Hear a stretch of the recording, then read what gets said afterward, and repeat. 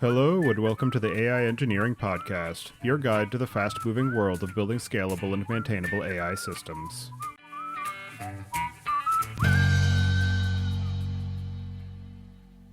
When ML teams try to run complex workflows through traditional orchestration tools, they hit walls. Cash App discovered this with their fraud detection models. They needed flexible compute, isolated environments, and seamless data exchange between workflows, but their existing tools couldn't deliver. That's why Cash App relies on Prefect. Now their ML workflows run on whatever infrastructure each model needs across Google Cloud, AWS, and Databricks. Custom packages stay isolated. Model outputs flow seamlessly between workflows. Companies like Whoop and 1Password also trust Prefect for their critical workflows, but Prefect didn't stop there. They just launched FastMCP, production-ready infrastructure for AI tools. You get Prefect's orchestration plus instant OAuth, serverless scaling, and blazing fast Python execution. Deploy your AI tools once, connect to Claude, Cursor, or any MCP client. No more building auth flows or managing servers. Prefect orchestrates your ML pipeline. FastMCP handles your AI tool infrastructure. See what Prefect and FastMCP can do for your AI workflows at aiengineeringpodcast.com/prefect today. Your host is Tobias Macy, and today I'm interviewing Julianna Lamb about the complexities of managing identity and auth in agentic workflows. So, Julianna, can you start by introducing yourself? Yeah, thanks so much for having me on. I'm Julianna. I'm the co-founder and CTO of Stytch. My background is in engineering. My co-founder and I met working together at Plaid, worked on a bunch of fraud detection and prevention systems there, as well as some auth flows. Ended up starting Stytch about 5 years ago to tackle some of the problems I was facing in my work, having to build auth in-house from scratch. So Stytch is a modern identity and access management platform providing authentication flows for both humans and now agents as well. And we do some fraud detection and prevention as well.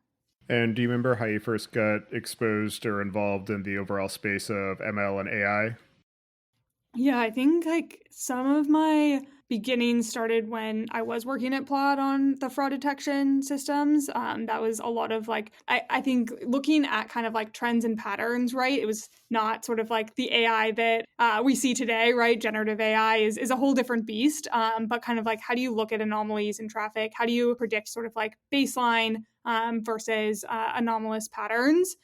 So did some sort of basic work then. And then I think just being in sort of San Francisco in the tech world, you end up keeping a pulse on kind of what's been going on. And I think it's been really exciting to see over the past few years, just how this space has blown up. And there's so many amazing tools out there, both to build software with, but also to help in different workflows. And so over the past few years have been going deeper on kind of some of the agent space and what that looks like in particular, just given our vantage point as Stytch. We're thinking about identity, right? And now there's a new form of identities that you need to know about, authenticate, authorize, etc. with agents. And so have been going deeper on that over the past few years.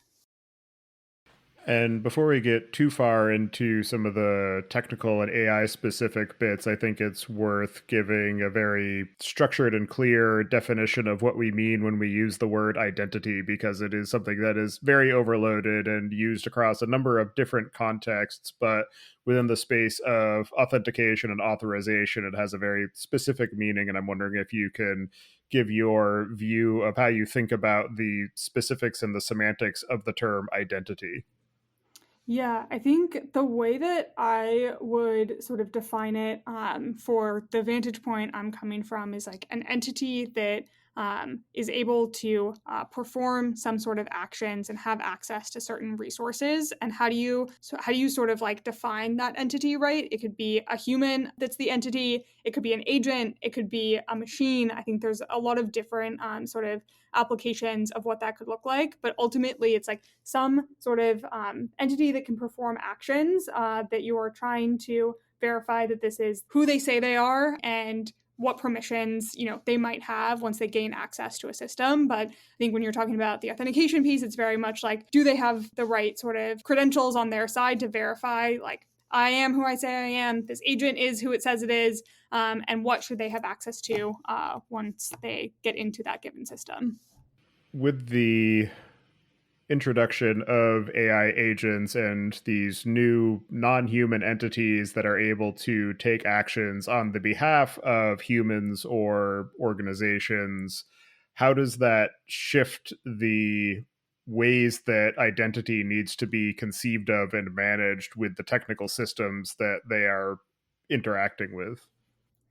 Yeah, I think it's a really interesting challenge, and we've had to deal with authenticating non human identities in the past, right? Like machine to machine authentication, API authentication. Like, that's not a new concept. But I think agents just sit in sort of an interesting spot where they're kind of something in between a machine and a human, just in terms of like the actions that they're able to perform. A machine tends to be really tightly scoped in the actions that it can and should be able to perform, and that tends to be pretty easy then to lock down. A human, on the other hand, often can do a lot of different things, but is limited because of sort of like what they're able to do, right? Like I as a human can only, maybe cause so much damage, for example, right? And like you put a lot of trust in humans often to behave in a certain way and sort of, do what they're supposed to do within a system. Obviously, you want to make sure that there are protections against them doing things that they shouldn't. But the like speed at which I think humans can perform actions is just so different compared to agents. And so now you have agents that can go off and kind of like do their own thing, right? And they can do it at a pace that is much faster than a human can do. Like I can only search through our knowledge base at a certain rate, right? But an agent can go and do that incredibly quickly. And so I think permissions become even more important when you're thinking about agents because of that sort of like access that they'll have and also the ability to like really quickly reason through systems and perform actions. If left unchecked, they can cause a lot of damage and wreak a lot of havoc really quickly. But you also can't tightly scope, I think, agents the same way you might scope machine access, because in order for them to be useful, for a human, they need to be able to like sort of act on their behalf, right? And have the same level of permissions and access.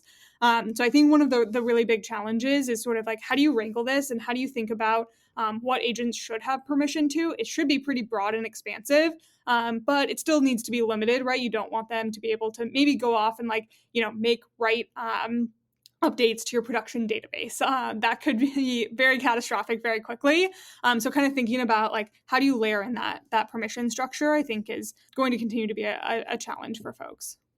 And in terms of the protocols and technologies and implementation details of identity, which also intersects with authentication and authorization, as an industry, we have a lot of prior art, a lot of experience, but as you said, those are typically scoped to either a human operator that is going to behave within the bounds of expected capabilities and also only at a certain pace. And we also have these very deterministic machine to machine identity use cases that are going to be predefined and are not going to randomly decide to go do various other activities that they weren't initially programmed to do.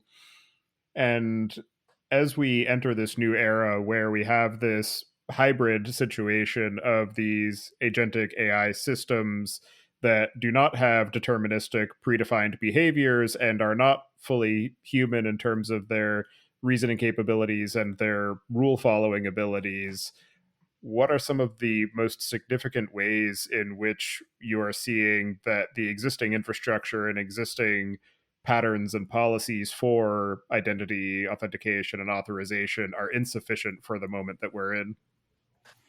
Yeah, so I think one of the things that I'm excited about to sort of like help solve this problem for both companies that are trying to expose their data, but then also the agents that are trying to build on top of that is MCP servers and using OAuth as the protocol there for doing authentication and authorization. But a lot of systems aren't sort of set up to offer that today, right? Like there's definitely companies out there that have relied on integrations in the past, and therefore they're an OAuth provider already. They have their identity server. They have APIs often that are ready to expose some of that data. But that's a limited set of companies. And so now I think kind of every company needs to think about how data is exposed in a way that agents can really easily work with it. Sure, agents can do, screen scraping and all of that, but that's sort of a really inefficient way, both for a company to serve data to agents and also for agents to parse that data. So I think MCP servers help solve that in a way that is both efficient from a resource perspective, but also from just sort of like an accuracy perspective. But that means that a lot of companies are going to have to build MCP servers and think about how they're exposing their data via API. And even if they already do have APIs, they might need to get more expansive in terms of like what they're able to expose. I think the use cases for integrations have just been really different historically compared to how people are trying to use agents. Like most cases, you're really trying to let an agent kind of like act on your behalf. And so they're going to need access to like, the management console of an application that an API might not have exposed historically. So sort of APIification, and I think the application of that will end up being MCP servers, but that's still nascent and could evolve. So I think that's one piece of it. And then the authentication and authorization is another piece of that. I think everyone's going to need to become an OAuth identity provider. I think that is a really great solve for agent authentication because it lets a human grant scoped permission access to their agent. And it's a standard that, has been battle tested over many years. It's something that users are really familiar with. Like the experience of, going to ChatGPT, for example, and clicking like connect your Google account, right? That's something that people are familiar with. My mom's going to recognize that flow, right? It's not a more sort of like developer centric flow that is often happening today where you maybe have to go and get an API key and then like do all this setup and whatnot. Like that's not going to work for mass adoption, but I think OAuth is well poised to and something that, has a lot of just sort of good standards around today, and a lot of I think work is going to still need to be done to evolve maybe some of the specs there to make sure that the agent use case is really well solved. But I think companies can already start thinking about, okay, what is it going to look like for me to both expose my data and then authorize access to that data? And my recommendation is to go to MCP and the OAuth spec there, just because I think that's a great standard for people to get started with. One of the other potential challenges that you hinted at in the description of the difference between AI agents, machine to machine communication, and humans is the pace at which they're able to operate.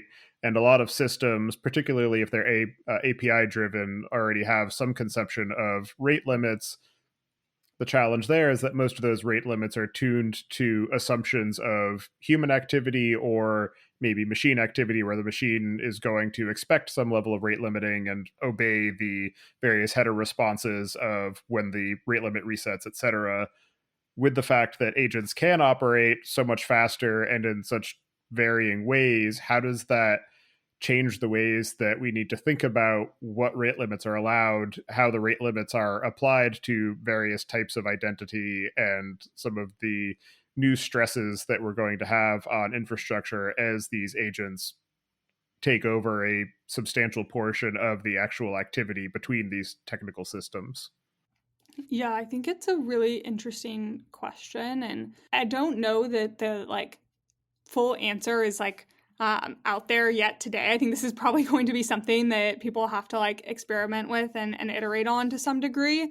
But I do think you'll need to kind of rethink what those rate limits look like for often it's going to be the actions that historically a human has taken. Like I think, for example, within Stytch, like some of the rate limits we think about are like what is just like crazy behavior for a human to do? Like you're trying to log in, 100 times in a few minutes. And like, obviously a human is either like just crazy, like clicking a button, right, in like anger or something. And like they're having a bad time and we shouldn't let them keep going. Or this is, a high volume sort of bot attack potentially, right?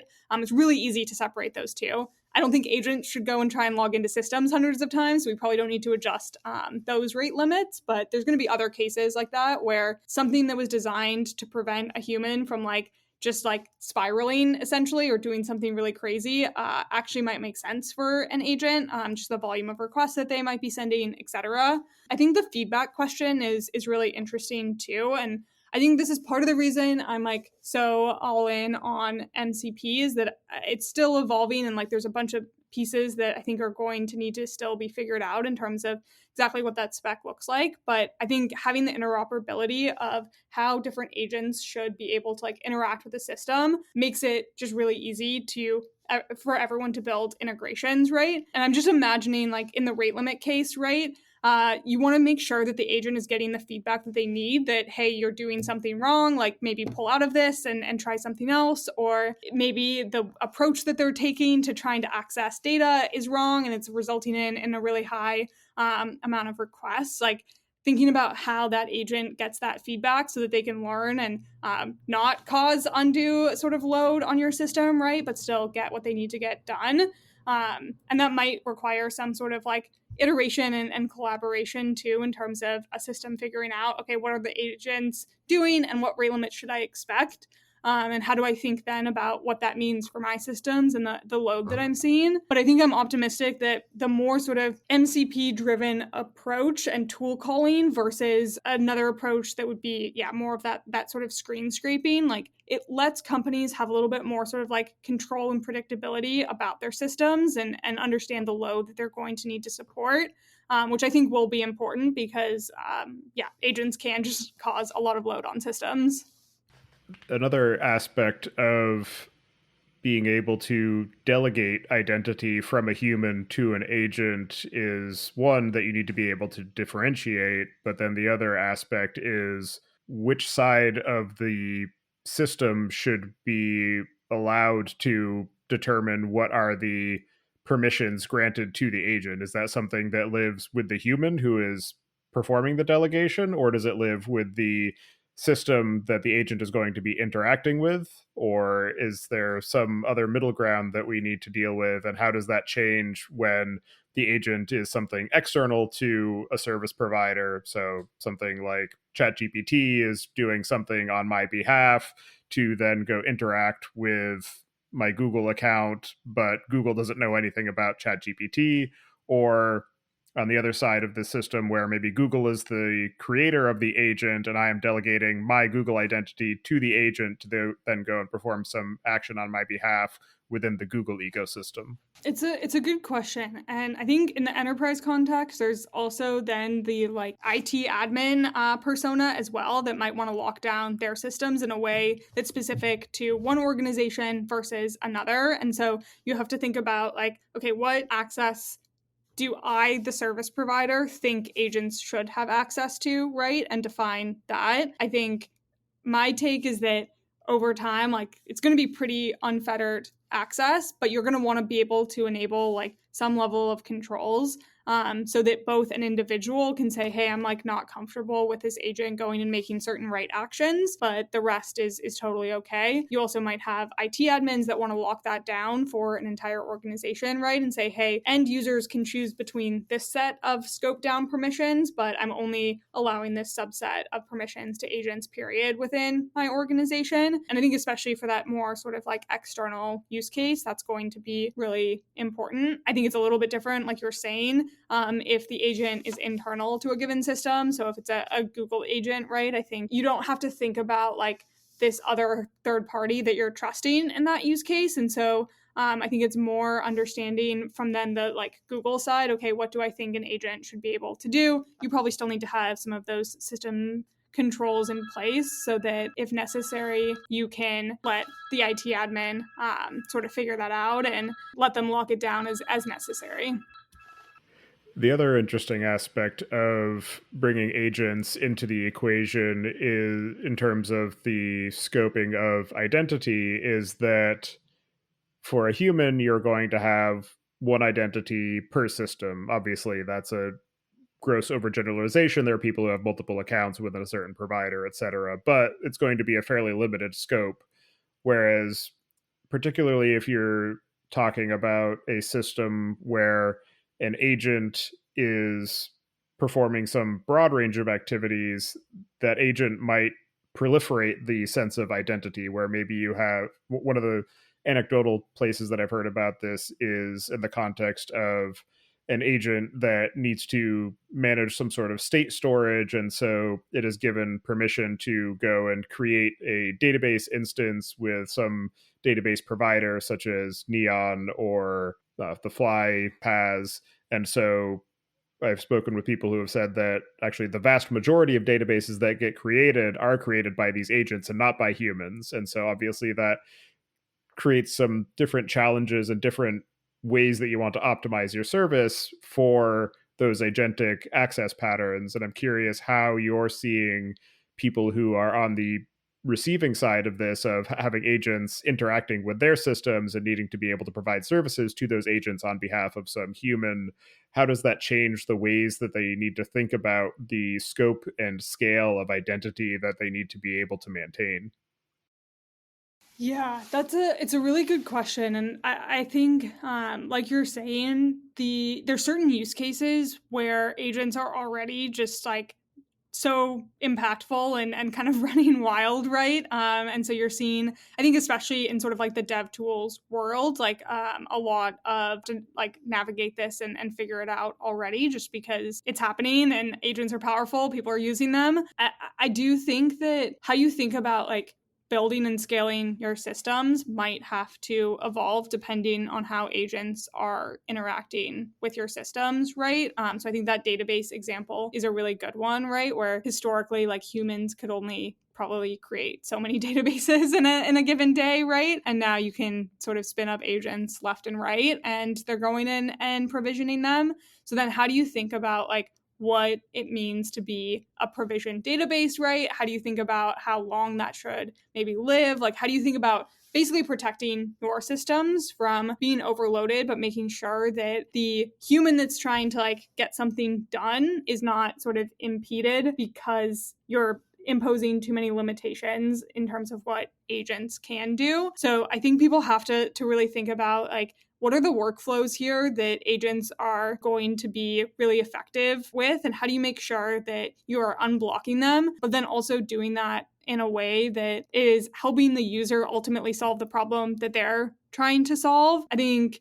yeah, it's definitely just going to be somewhat unique to each system and in terms of what services you provide, right? Is it something where agents are doing just like a ton of read actions, or is it something that is more sort of creating resources, right? That might look different just for different companies too. But I think understanding those agent use cases is going to be really important so people can design systems accordingly. And the other aspect as well is the persistence of identity, where when you have a human, the identity is typically going to be log lived because that human is going to interact with that system multiple times over varying time scales with not necessarily any degree of consistency. So you need to be able to persist the identity for an indefinite period of time in the event that the human does want to interact with that system.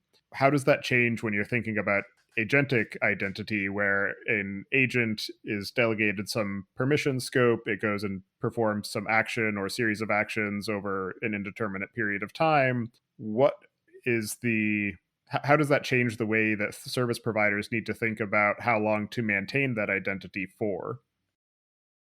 Yeah, I do think some of this also comes down to kind of like use case and the agents that are interacting with your system and how like persistent that specific agent might be. Is it something where people are spinning up a bunch of different ones?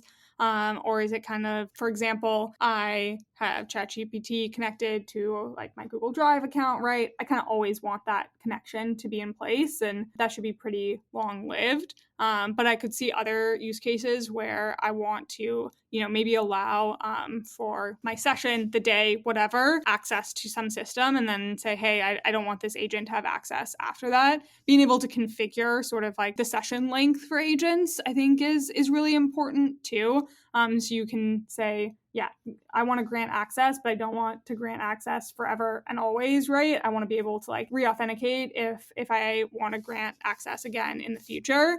So I think that's going to be one example of sort of how that pans out.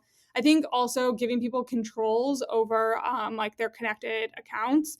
So I can go to my dashboard and see, which agents have connected to that given service provider, and maybe, revoke access if I say, I don't really want this one to have access anymore. Giving people that central sort of consent management and be able to revoke that consent is going to be, I think, valuable as well. I think there's just going to have to be a lot of tooling that folks are building out around this. Another aspect of identity and access and managing controls around machine capabilities in particular is, as somebody who is operating a system for since the internet has been around, effectively, we have also had issues around malicious actors trying to use some sort of automated means of gaining access to systems. And so that has led to a whole industry of bot detection, bot refusal. Recaptchas are kind of the canonical way that people visualize that. And I'm wondering how the introduction of agentic capabilities changes some of that paradigm of detecting and mitigating the malicious actions of automated systems. Yeah, I think it requires people to evolve kind of how they think about bot detection.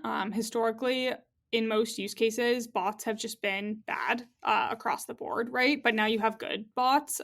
They're agents that are trying to act on behalf of users. I think I'm just going to keep beating the MCP drum, but I do think that is one of the reasons that MCP is really great. Is if you are able to build an MCP server and expose that, then you can have that really clear access path for agents. But I think it's definitely going to be time before that spec is fully baked and everyone has adopted it. And so in the meantime, I think agents are just going and trying to sort of act on behalf of users in a less sort of sanctioned and permissioned way, right? They're using screen scraping, headless browsing, etc. And I think it's important for service providers to be able to decide what they want to allow. So we have a device fingerprinting product that basically lets you identify exactly who and what is on your site. Is this someone just trying to commit abuse? Is this a ChatGPT agent? Is this a Claude agent? Who exactly is this, and how do you want to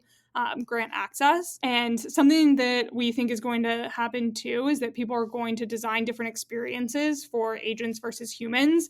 So we have a nice little helper function that's basically called is agent, and it tells you if whoever's on your site is an agent or a human and which agent it is.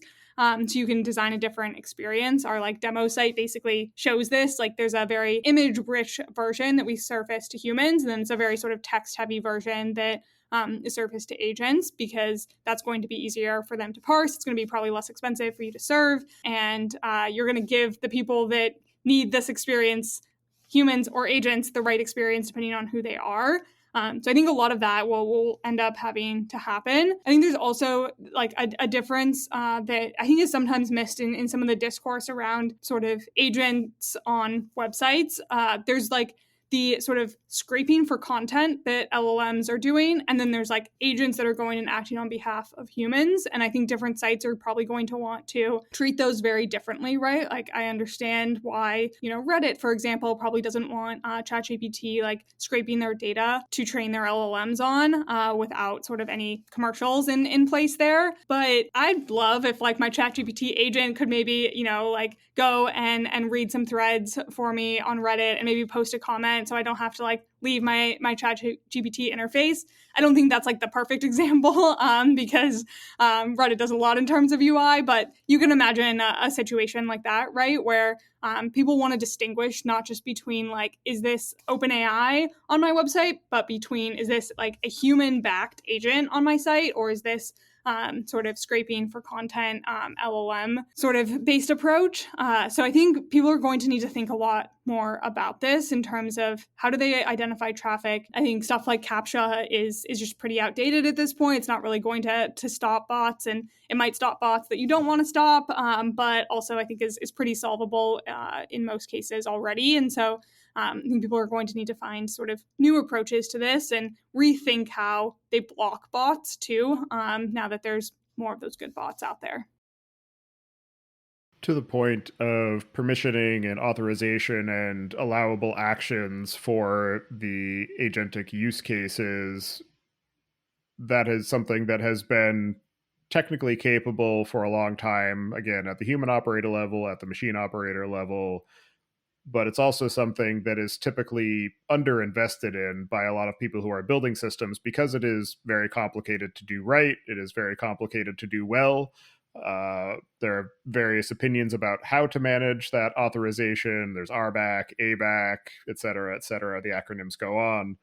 And in terms of your experience of working with people who are adding some form of identity and access control to their systems, what are you seeing in broad terms as far as the shortcomings of existing capacity for being able to actually effectively manage the more granular permissioning that is necessary to allow agents to do work without also doing harm? Yeah, I think there's some cases where people are going to need more granular permissions than they have today and might have to evolve from like a more traditional RBAC system to something like REBAC. I also think there's a lot of folks that just need to clean up their RBAC implementation because I often see the sort of pattern with agent use cases is that people generally want read access for the agent to most things, and then they want to limit write access to certain resources. And so you can model that with a pretty basic RBAC implementation, but the way that you think about like write actions and bifurcating them might be a little bit different than you've had to think about historically, right? So I'll give one example that comes up all the time with GitHub. The way that they model their permissions is basically to like do anything, create a PR, etc.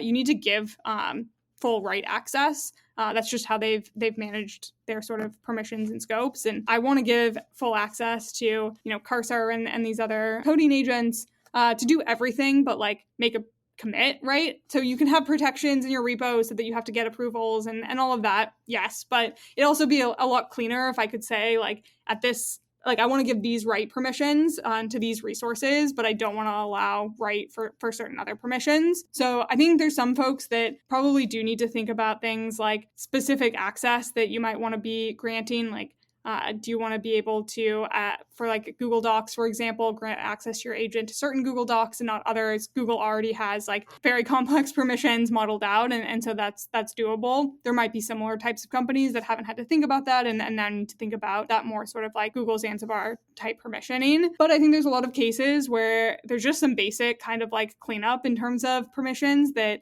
now that you're thinking about it from the perspective of like, what do you want to let an agent do? You might want to revise how you sort of bifurcate those permissions. And it's going to be pretty straightforward. But I do think everyone just is going to need to be thinking about this and probably making some tweaks to how they've thought about structuring their own permissions.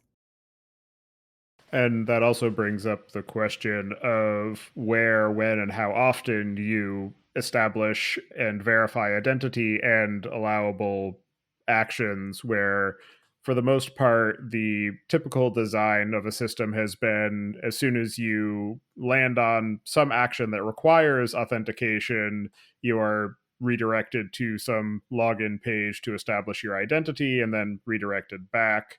And then once that is done, you are largely left to do whatever it is you want to do within the confines of the system. So it's largely a perimeter security rather than something that is the sort of zero trust is the term that's used in networking spaces, but the more defense in depth approach of, okay, well, you've verified your identity right here, but now that you're doing something else, you need to verify your identity again. I think most of the time people have experienced that on the account settings page, or maybe they want to change their password or their email, so they're asked to authenticate again before they can perform that new action.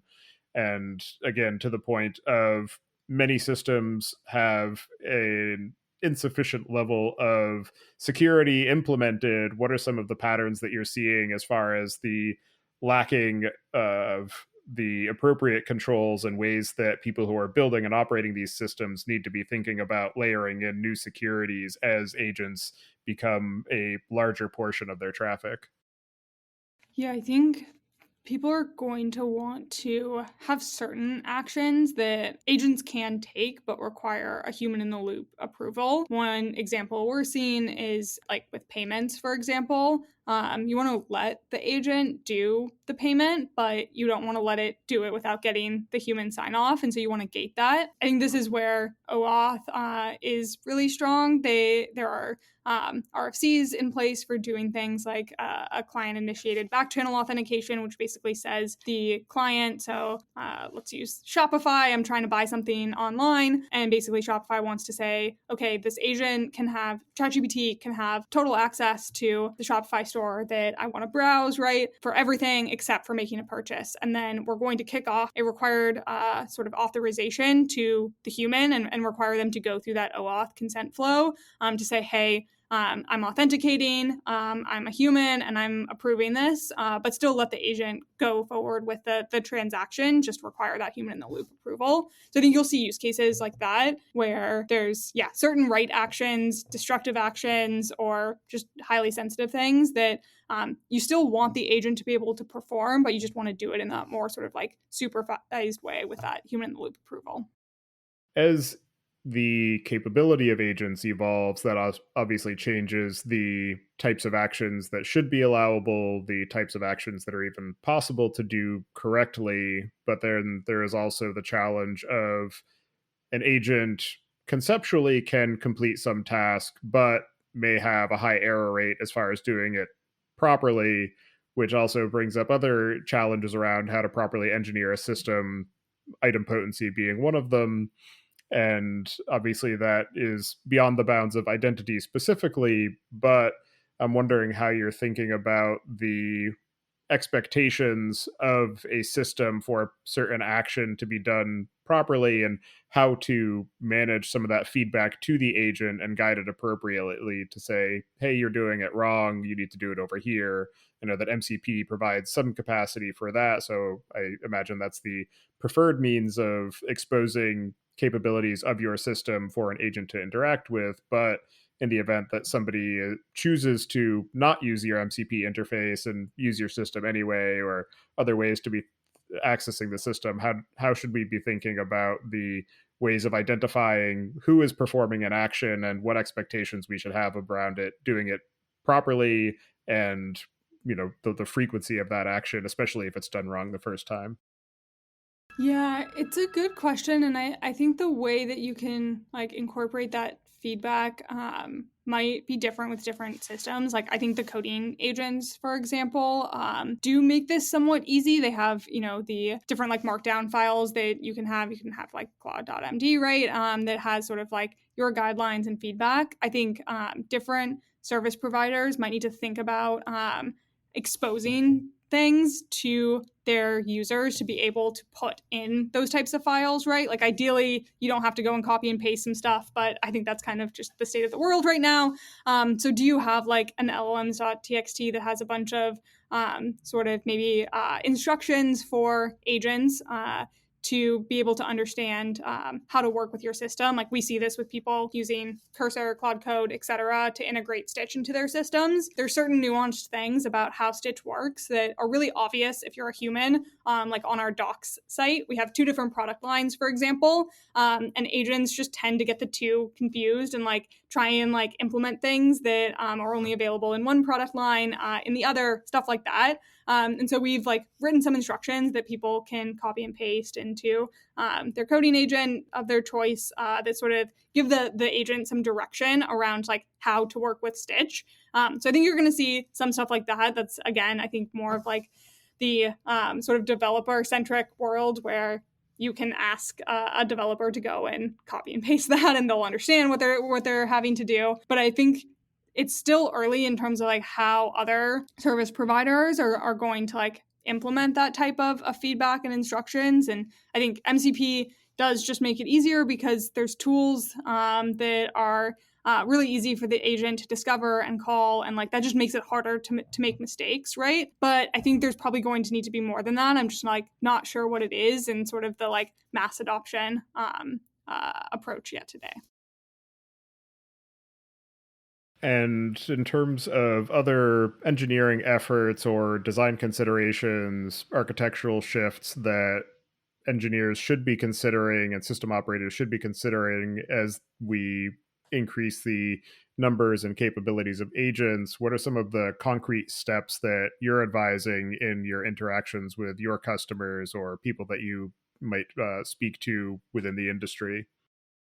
Yeah, I think that example I just mentioned of like our two different products and that confusing agents, like we've known it confuses humans for a long time and we've spent a lot of time trying to like articulate that and make it more clear. And I think agents will just like sort of shine a spotlight on challenges like that. So I think if your API is like hard for humans to understand, it's going to be even harder probably for agents to understand. And so I think we have spent a lot of time, thinking about developer experience as an industry, right, and have made a lot of strides there. I think agent experience sometimes is going to require like different experiences, but also I think just like will really sort of like stress test your systems and how easy they are to like understand and work with. And so I think people are going to need to think even more about that in terms of like, can an agent understand these APIs, this MCP server, how data is modeled, all of those things? If there are really like nuanced, tricky things that you're seeing humans, even with a ton of like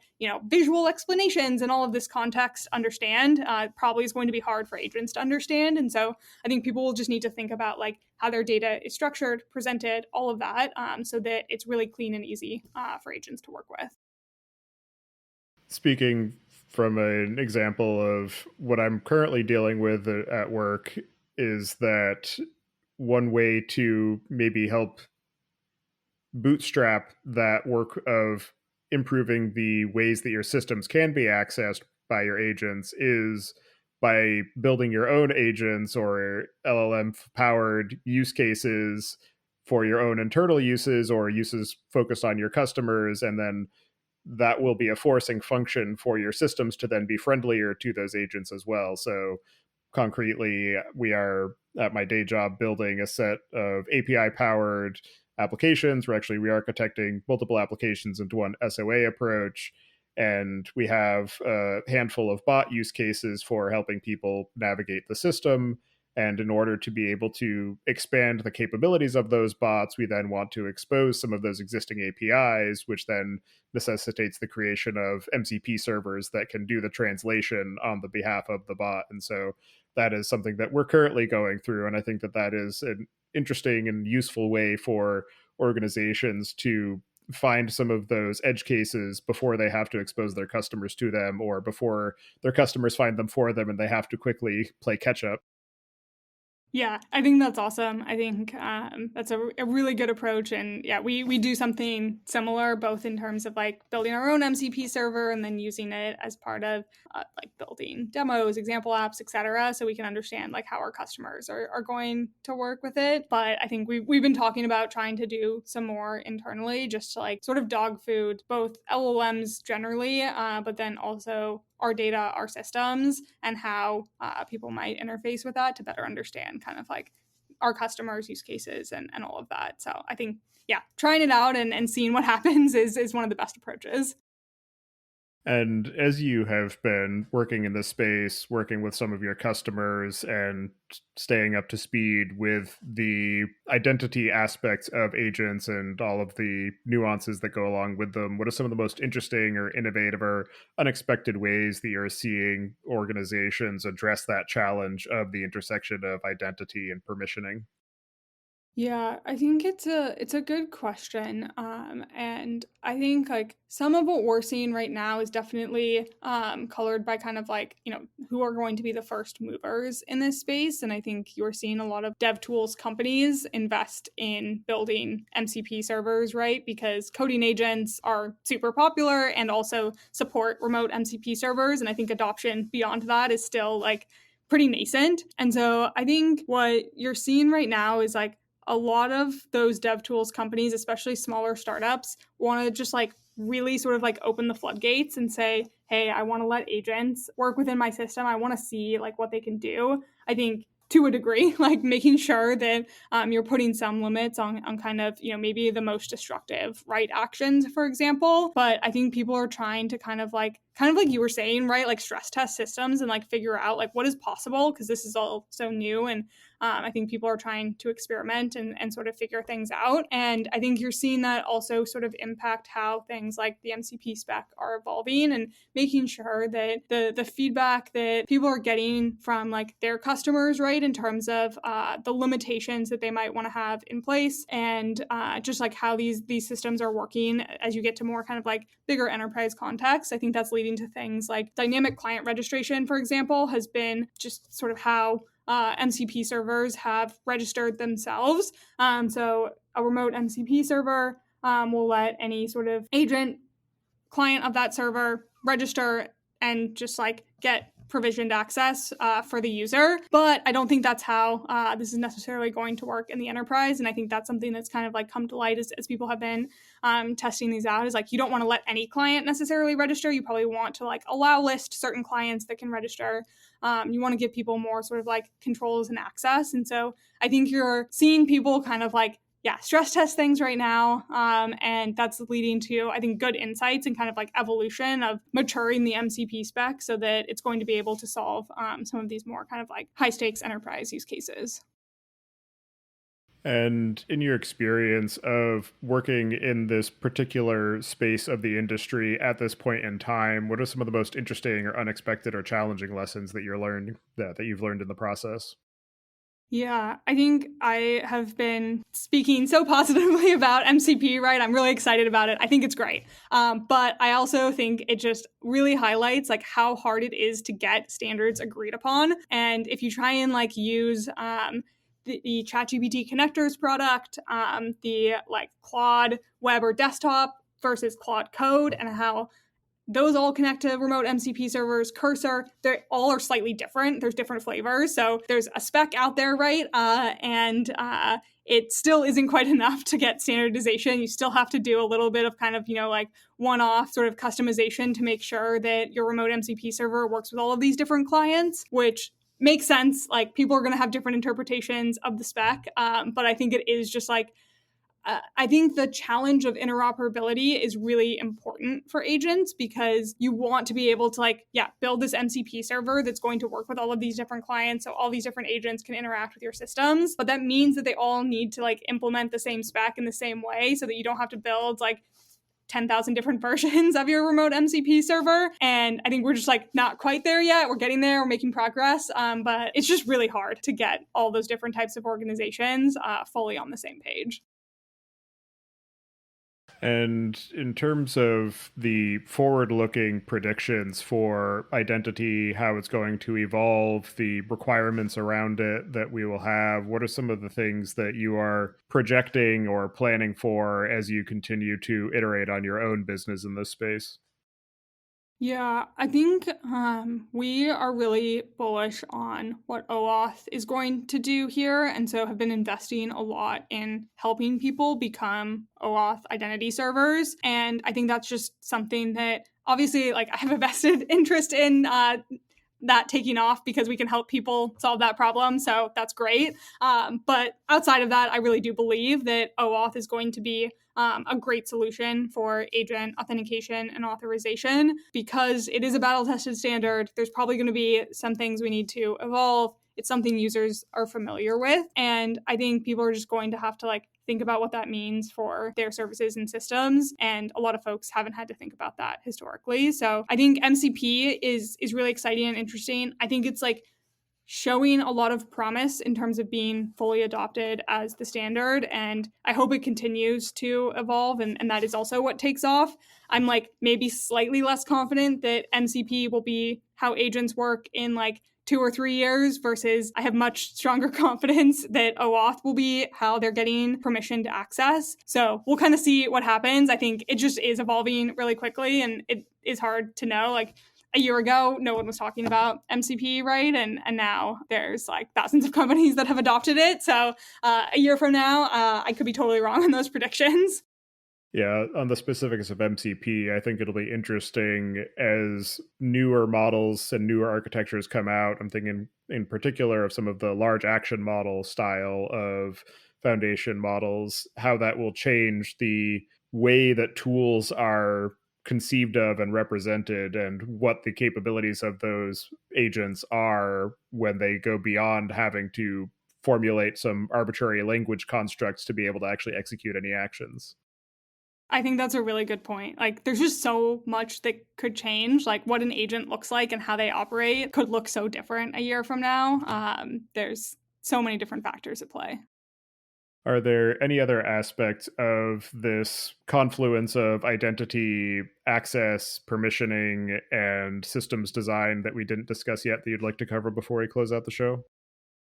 I think my only, I don't know, maybe slightly hot take is that this is happening. And so anyone who's resistant to agents interacting with their systems, I think is just going to kind of be left behind, or having to scramble to sort of figure this out. And so I think it's not a question of if agents will take off. I think it's more when will they work in a way that is able to get mass adoption? And I think we're already starting to see a lot of that happen. And so I think getting out there and experimenting and trying things out and starting to think about how your systems will work with agents is just super important. The best time to start thinking about that was probably a few months ago. And if you haven't started, now's the next best time. So I think just it's coming. Agents are awesome. I think when you test them out and start to work with them, it's just really amazing what they're capable of. And that means that to get them really successful, we're going to need to think about all the different systems that they're integrating with and making sure that they have easy, seamless interactions in a way that I, the user, can feel confident in and good in, right? And that they're not going to go off and cause havoc for me. So I'm really excited about it, and encourage everyone to kind of dive in and start figuring it out. All right. Well, for anybody who wants to get in touch with you and follow along with the work that you're doing, I'll have you add your preferred contact information to the show notes. And as the final question, I'd like to get your perspective on what you see as being the biggest gap in the tooling, technology, or human training that's available for AI systems today. That's a good question. So I think there's so many different ways that people are using agents. And that's okay right now in terms of how we're experimenting. But we were just going through this with Claude Code and how different people on our team use Claude Code. And if you looked at each person's setup and usage, you would think they're using a totally different tool. And maybe that's how this ends up panning out. But I also think that just makes it really hard for everyone to get the most value out of these tools. And so we're trying to do a bunch internal knowledge sharing to help people understand how to better utilize the tools at their disposal. But I wish there was something that was a little more baked into the tools themselves that helped with that. So there wasn't quite so much on each individual person to figure out how do I get the best usage of all of these different tools. So I don't know what that looks like. I don't know if that's a reasonable ask to have, but I think figuring out how that sort of learning curve can be a little bit less steep, I think is probably going to be really important. All right. Well, thank you very much for taking the time today to join me and share your understanding and knowledge and experience around these challenges of identity and how they intersect with agentic use cases. It's definitely something that is very important and something that we will all need to come to grips with. So I appreciate the time and effort that you and your team are putting into making that a more tractable problem. And I hope you enjoy the rest of your day. Awesome. Thanks so much for having me on.